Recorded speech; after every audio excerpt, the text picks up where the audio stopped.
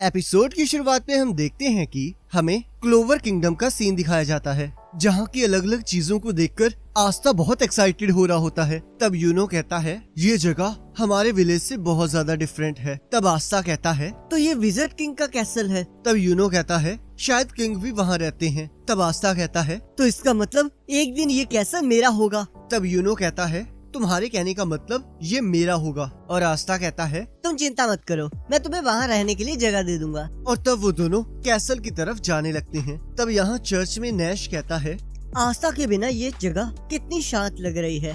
तब sister lily कहती हैं वो लोग अब तक रॉयल कैपिटल पहुँच चुके होंगे और मुझे उम्मीद है कि उनका एग्जाम अच्छा जाएगा। तब नैश कहता है मैं भी यही उम्मीद करता हूँ। तब आस्था कहता है आखिरकार ये एग्जाम हो कहाँ रहा है। तब यूनो कहता है शायद ये यही हो रहा है, पर आखिरकार तुम खा क्या रहे हो। तब आस्था कहता है ये ग्रिल्ड पर्पल स्नेक्स हैं, तो क्या ये तुम भी खाना चाहते हो। पर यूनो मना कर देता है और वो दोनों मैजिक नाइट एग्जाम के एंट्रेंस वाली जगह पर पहुंच जाते हैं। और वहाँ सभी लोग सभी पार्टिसिपेंट्स को चीयर कर रहे होते हैं और वहाँ सभी पार्टिसिपेंट्स की ग्रिम वॉर को देखकर नंबर दिए जा रहे होते हैं। और यूनो की ग्रिम वॉर को देखकर सभी लोग चौंक जाते हैं और तब वो दोनों अंदर चले जाते हैं। पर यहाँ बहुत सारी बर्ड्स घूम रही होती हैं।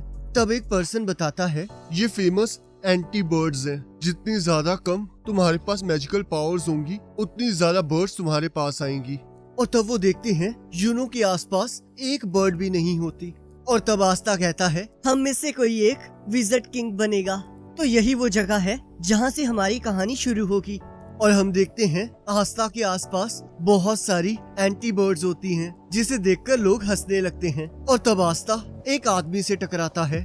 तब आस्था सोचता है आखिरकार ये कौन है। इसकी आंखों को देखकर तो ऐसा लग रहा है जैसे कि ये एक किलर है और इसके पास कितनी ज्यादा ताकत है। आखिरकार ये मेरी एज का कैसे हो सकता है। पर रुको, हमें किसी बुक को उसके कवर से नहीं जज करना चाहिए। और कहता है एक्चुअल में तुम अपनी उम्र से काफी बड़े लगते हो, लगता है तुम्हारी जिंदगी बहुत मुश्किलों के साथ कटी है। और तब वो आदमी आस्था के सिर को पकड़कर कहता है लगता है तुम्हें मरने का बहुत शौक है। और तब वहाँ उसके साथी उसे ढूंढते ढूंढते आ जाते हैं। तब एक लड़की कहती है ये तो बहुत फेमस फिनरल रोल केस है, जिसके पास बहुत ज्यादा रेयर स्पेशल मैजिक है। तब एक पर्सन कहता है ये तो बस अपनी जॉब को छोड़कर फ्लर्टी करता रहता है। और ये दूसरा है गॉर्डन एग्रिपा और इसके पास हैक्स मैजिक है। और तब फिनरल कहता है बस करिए, एक मैजिक नाइट स्कॉट कैप्टन एक एग्जाम के कैंडिडेट को नहीं मार सकता। तब एक पर्सन कहता है स्कॉट कैप्टन, इसका मतलब ये है द लॉर्ड ऑफ डिस्ट्रक्शन यामी शुकिहिरो। तब एक लड़की कहती है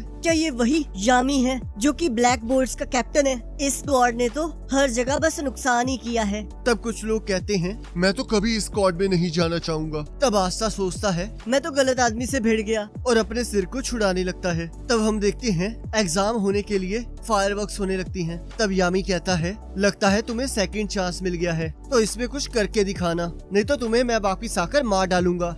जिसे सुनकर आस्था हैरान हो जाता है और तब वो लोग वहाँ से चले जाते हैं। और तब वहाँ एक पर्सन आस्था से उसका हाल पूछता है और अपना नाम सैकी ब्रोंजाजा बताता है। तब आस्था भी उसे हेलो कहता है और अपना नाम बताता है। और तब हम देखते हैं सभी स्क्वाड कैप्टन्स वहाँ आ जाते हैं। तब यूनो कहता है आखिरकार ये लोग कौन हैं। तब आस्था कहता है ये असली मैजिक नाइट स्क्वाड कैप्टन्स हैं। और तब हमें सभी स्क्वाड कैप्टन्स के बारे में बताया जा रहा होता है। और तब वहाँ सबसे बेस्ट स्क्वाड का कैप्टन आता है जिसका नाम विलियम वेंजेंस होता है। तब हमें बताया जाता है कि सभी 9 स्क्वाड कैप्टन्स की पावर 100 मेजिस के बराबर है और इन्हीं में से किसी एक को नया विजर्ड किंग बनाया जाएगा। तब आस्था विजर्ड किंग को ढूंढ रहा होता है। तब सैके कहता है विजर्ड किंग इतने छोटे इवेंट में नहीं आएंगे।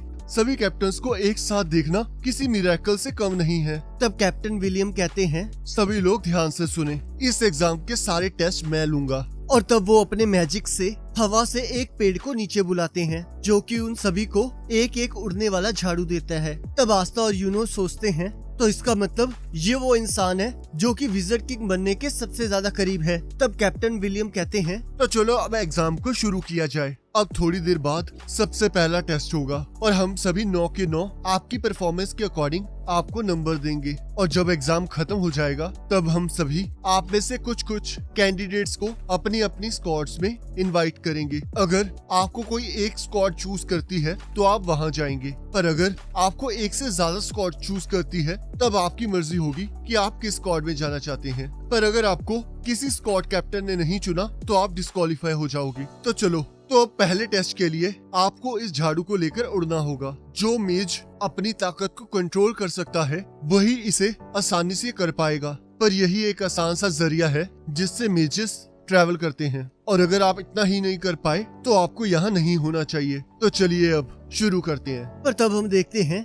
बहुत सारे कैंडिडेट्स हवा में उड़ पा रहे होते हैं और यूनो बिना किसी परेशानी के हवा में उड़ पा रहा होता है और यहाँ आस्था कुछ नहीं कर पा रहा होता और सभी स्क्वाड कैप्टन्स इसे नोटिस कर रहे होते हैं। तब क्रिम्सन, लायन कैप्टन, फ्यूगोलियन, वर्मिलियन सोचते हैं अगर इसके पास कोई टैलेंट भी ना हो पर फिर भी इसे कम से कम फ्लोट तो करना चाहिए। तब सैकी कहता है आखिरकार तुम कर क्या रहे हो? तुम्हें बस अपनी बॉडी को रिलैक्स करना होगा, उसके बाद तुम इसे आसानी से कर पाओगे। पर हम देखते हैं आस्था फिर भी कुछ नहीं कर पा रहा होता और यहाँ हम देखते हैं सिल्वर ईगल की स्क्वाड कैप्टन नोजर सिल्वा एक लड़की से मिलने जाते हैं और कहते हैं मैंने तुम्हें पहले भी कहा है रॉयल्टी को ये एग्जाम देने की कोई जरूरत नहीं होती और ये पहले से ही डिसाइड हो चुका है कि तुम कहाँ जाओगी, तो ऐसी बेकार सी हरकतें करना बंद करो। तब वो लड़की कहती है मैं समझ गई ब्रदर नोजेल। तब कैप्टन नोजल कहते हैं वैसे भी तुम्हारी एग्जिस्टेंस से कोई फर्क नहीं पड़ता और वहाँ से चले जाते हैं। और हम देखते हैं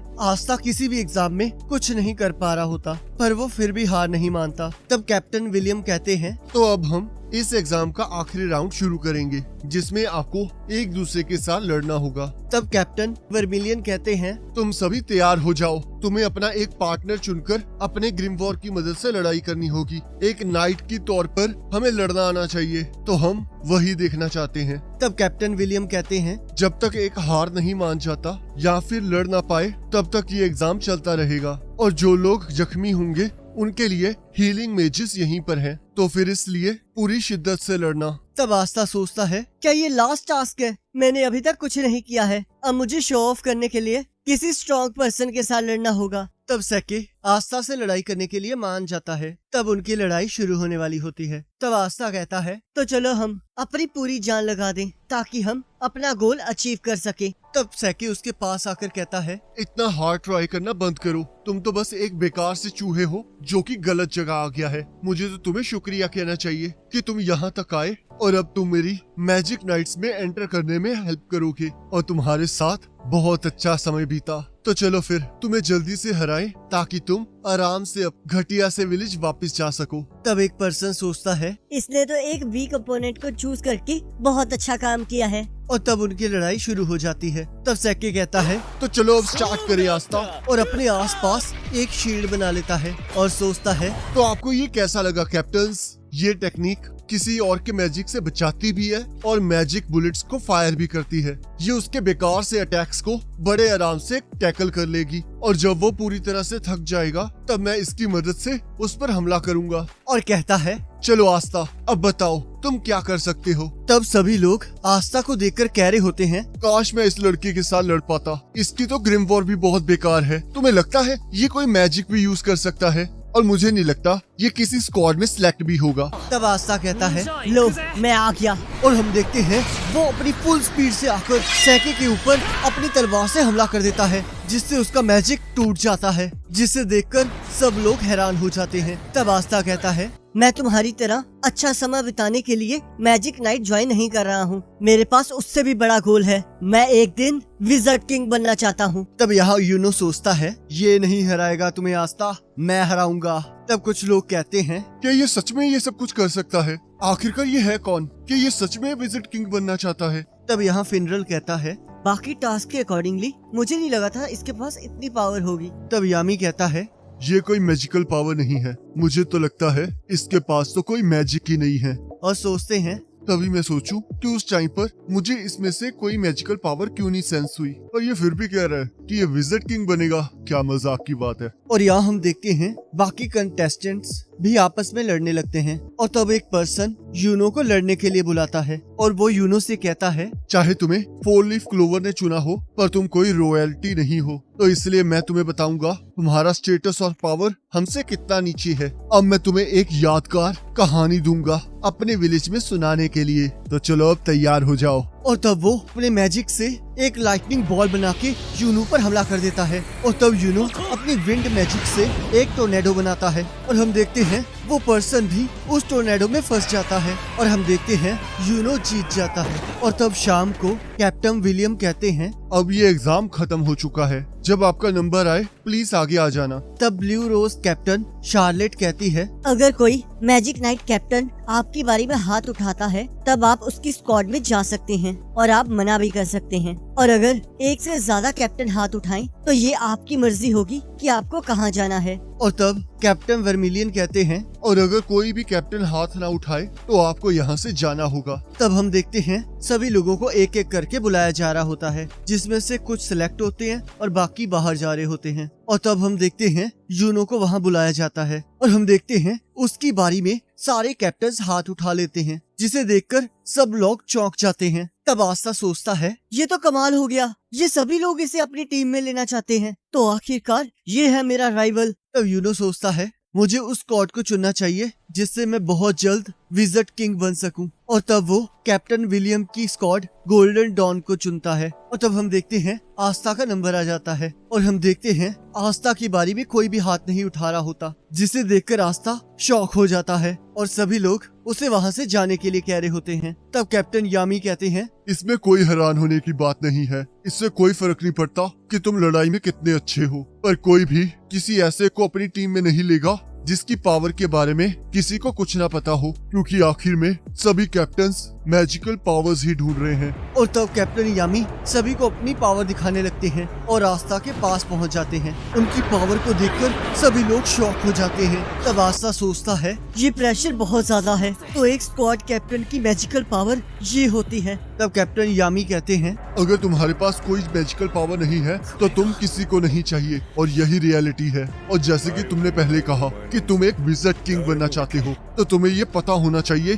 कि तुम्हें हम सारे 9 कैप्टन से ज्यादा अच्छा होना चाहिए। और अब मेरे सामने खड़े होकर क्या तुम ये कह सकते हो कि तुम विज़र्ड किंग बनोगे, चाहे तुम्हारे पास कोई मैजिकल पावर नहीं है? क्या तुम फिर भी यही सोचते हो? तब आस्था कहता है, ठीक है, चाहे मुझे आज मैजिक नाइट ज्वाइन करने का मौका ना मिले, पर इससे कोई फर्क नहीं पड़ता कि कोई क्या कहता है। मुझे चाहे ये जितनी मर्जी बार करना पड़े, मैं तब तक हार नहीं मानूंगा जब तक मैं विज़र्ड किंग नहीं बन जाता। तब कैप्टन यामी जोर जोर से हंसने लगते हैं और कहते हैं, ओ लड़के, तुम मुझे पसंद आए तो चलो मेरी स्क्वाड को ज्वाइन कर लो। जिसे सुनकर वो और बाकी सभी लोग हैरान हो जाते हैं। तब कैप्टन यामी कहते हैं, क्या तुमने सुना नहीं? मैं तुम्हें ब्लैक बुल्स में आने का मौका दे रहा हूँ, और वैसे भी तुम्हारे पास मना करने का कोई ऑप्शन भी नहीं है, और ये कोई आसान बात नहीं होगी। हम तुम्हारा वो हाल करेंगे कि तुम अपने आप को पहचान भी नहीं पाओगे, तो तैयार रहना।